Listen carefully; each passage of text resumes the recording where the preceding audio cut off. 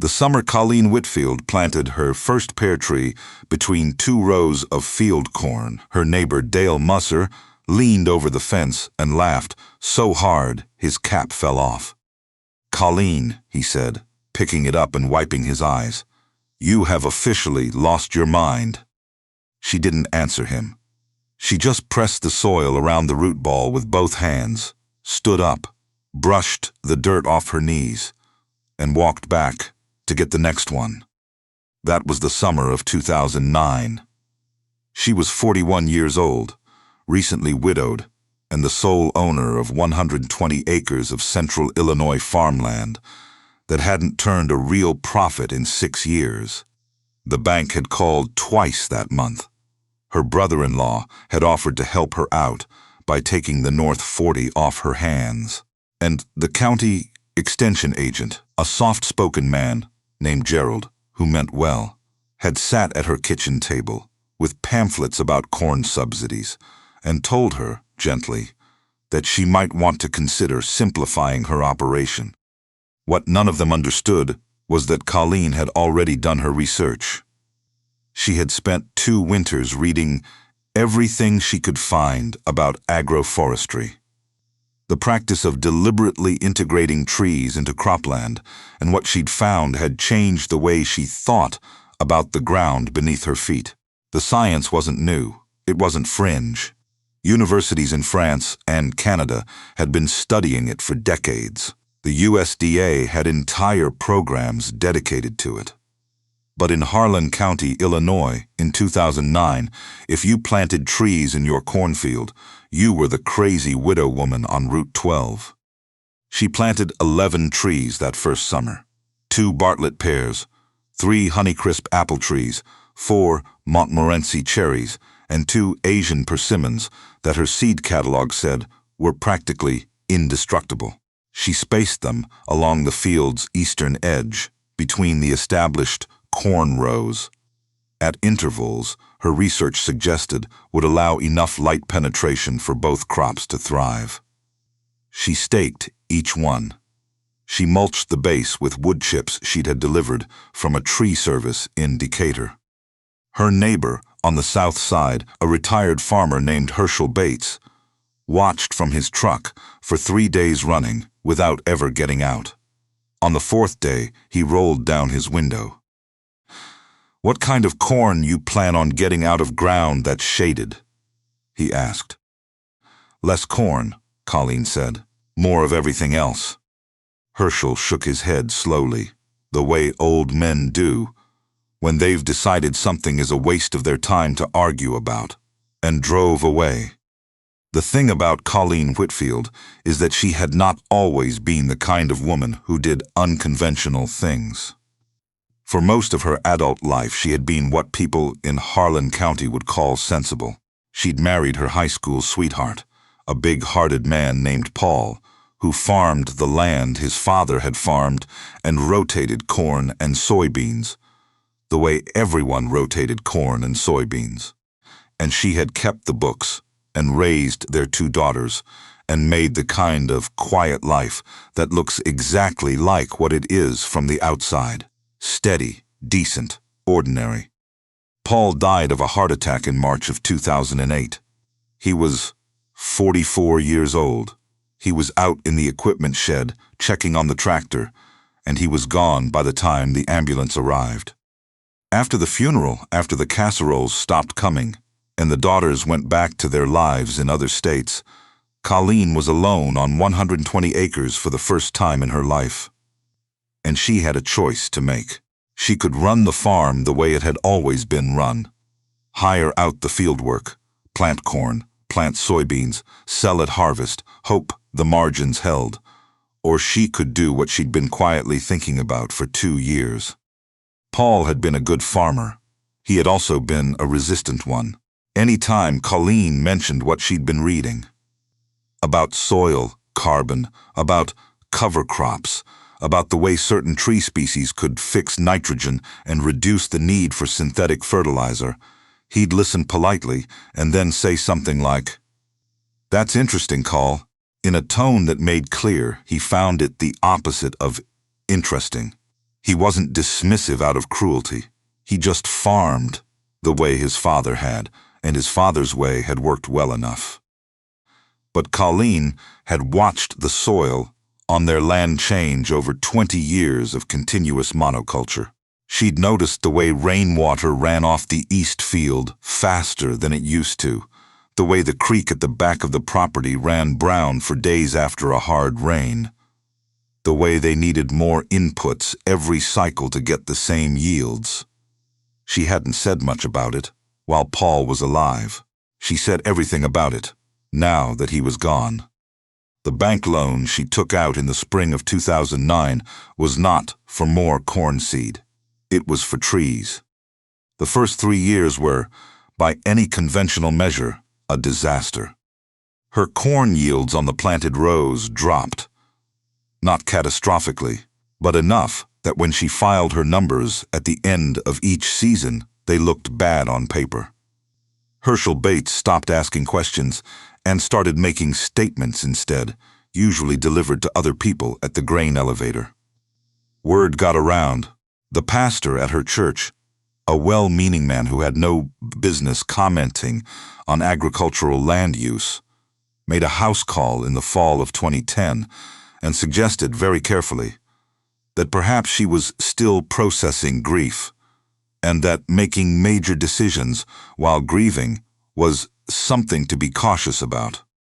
Colleen thanked him for coming and offered him a piece of pie and did not change a single thing about her operation. Her older daughter, Melissa, called from Minneapolis every 2 weeks and asked versions of the same question. "Mom, are you sure about this?" Her younger daughter, Tina, who was more direct, flew out in October of 2011 and sat at the same kitchen table where Gerald, the extension agent, had left his pamphlets and said, "Mom, I'm worried you're going to lose the farm." Colleen poured them both coffee and explained, for what felt like the 100th time, what she was doing and why. The trees, she told Tina, were not decoration. They were infrastructure. The root systems of established fruit trees could reach 8 to 12 feet deep, breaking up compacted subsoil that decades of heavy equipment had hardened into something close to clay. July. As those roots grew and some of them died back naturally, they left channels, pathways for water to move downward instead of running off. The leaf litter from the trees was adding organic matter back into soil that had been stripped of it by continuous tillage. In 2 of the rows where she'd planted the cherries, she'd already started seeing earthworm populations she hadn't seen in that field in years. And the trees themselves, they hadn't produced much yet, but they would. Tina listened to all of this and then said, "But what do you do in the meantime, Mom?" That was the right question. The honest answer was, she got by. The soybeans on the unplanted acreage had a good year in 2011. She rented out the old hay barn to a man who stored equipment in it. She sold honey from 8 hives she'd set up along the orchard edge. The bees, she'd learned, did extraordinary work in the fruit tree rows. It wasn't comfortable. There were months where the checking account was thinner than she liked. But she did not lose the farm. In the spring of 2013, the first Honeycrisp trees bloomed. She stood at the edge of the field on a Tuesday morning in April, coffee in one hand, and looked at the pale pink flowers scattered through the row. The corn wasn't planted yet. The field was still bare and dark, and those 3 apple trees, 4 years old now, as tall as she was, their branches fanning out over the cornrows on either side, were covered in blossoms. She finished her coffee. Then she went inside and called Melissa and cried for about 10 minutes, which was more than she had cried at any point since Paul's funeral. That fall, she harvested 41 pounds of Honeycrisp apples from those 3 trees. It was not a significant quantity, but she sold them at the farmer's market in Carlinville for $3.50 a pound, and the people who bought them came back the following week, asking if she had more. And the week after that, she had a woman from Springfield drive 40 minutes specifically because she'd heard about Colleen's Honeycrisps from a friend. The pears came in strong the following year, the cherries the year after that. And something else was happening in the soil. Something she could feel before she could measure it. And then something the soil tests confirmed in 2015. The organic matter content in the planted rows had increased by nearly a full percentage point over 6 years. In a field that had been running a corn-soy rotation for 30 years, that was significant. The water infiltration rate, how fast the soil could absorb rainfall, had improved by more than 40% on the orchard rows compared to the conventional rows. She brought the soil test results to Gerald, the extension agent, who had been quietly following her progress for years with an expression she could never quite read. He looked at the numbers for a long time. "Colleen," he said finally, "these are not the numbers I expected." "I know," she said. He leaned back in his chair. "I owe you an apology." "You were doing your job," she said. "You told me what the data at the time suggested. The data changed." He shook his head, not disagreeing, but something more complicated than agreement. "Do you know how many farmers in this county are fighting compaction problems right now? Running extra tillage passes, spending on soil amendments, watching their yields plateau." He looked at the numbers again. "And you fixed it with trees." She hadn't fixed it entirely. She was careful to say that. The system she'd built over 6 years was still evolving. There were still things she didn't know. But the direction was clear, and the trajectory was real. By 2016, the farm had changed in ways that were visible from the road. Where Herschel Bates had once watched from his truck in confusion, there were now mature fruit trees standing 12 to 14 feet tall, their canopies arching over the alleyways between them, the corn growing in the spaces between rows of trees in what looked, to anyone who didn't know better, like a peculiar kind of organized chaos. But it wasn't chaos. It was a system. The trees shaded the soil in the hottest weeks of summer, reducing moisture loss. Their root systems had broken the hardpan. Their fallen leaves had, over 7 years, built a thin but measurable layer of organic matter that the conventional rows around them didn't have. The fruit production by that point was not supplemental income. It was a significant revenue stream in its own right. The Honeycrisp apples had developed a local reputation that spread without advertising. A restaurant in Springfield put Colleen's name on their fall menu, Whitfield Honeycrisp. And the chef called her directly to arrange a standing order. The Montmorency cherries she sold to a small batch jam producer in Bloomington, who drove out every July to pick them up personally. The persimmons, which everyone had told her nobody in central Illinois would buy, turned out to have a following she never anticipated. A Korean-American community in Champaign drove out to the farm 3 years, running to buy them by the flat. She was selling fruit she hadn't been growing. She was growing corn in soil that was measurably better than it had been when she started. And she had not borrowed money in 4 years.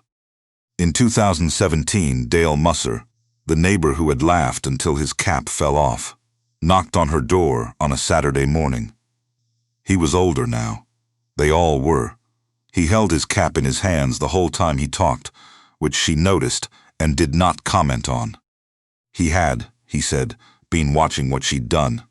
His own ground, the 80 acres he'd been farming for 30 years, was giving him trouble.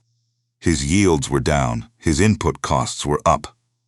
He'd had a soil test come back, showing organic matter levels he didn't want to talk about. His son, who was supposed to take over the farm, had started asking questions Dale didn't have good answers to. "I was wondering," Dale said, "if you'd be willing to walk me through what you did." She walked him through it. All of it. 2 hours, standing in the field, her explaining the spacing decisions and the species selection and the soil biology she'd been reading about for nearly a decade. He asked good questions. She gave him honest answers, including the ones that involved 3 years of difficult finances and a pastor showing up uninvited. Dale laughed at that, but differently than he'd laughed in 2009. Word spread the way it does in small farming communities. Slowly, then suddenly. By 2018, she'd had 4 other farmers from the county come out to look at what she'd built. The extension office, Gerald's office, invited her to present at their annual meeting, which she did, standing in front of a room of 60 farmers who looked at her slides with expressions ranging from skeptical to genuinely curious. And then there was the offer. It came in the spring of 2019, 10 years after she'd planted the first pear tree while Dale's cap lay in the dirt. A land management company, based out of St. Louis, had been buying farmland in central Illinois for 2 years. They were well capitalized, professional, and thorough.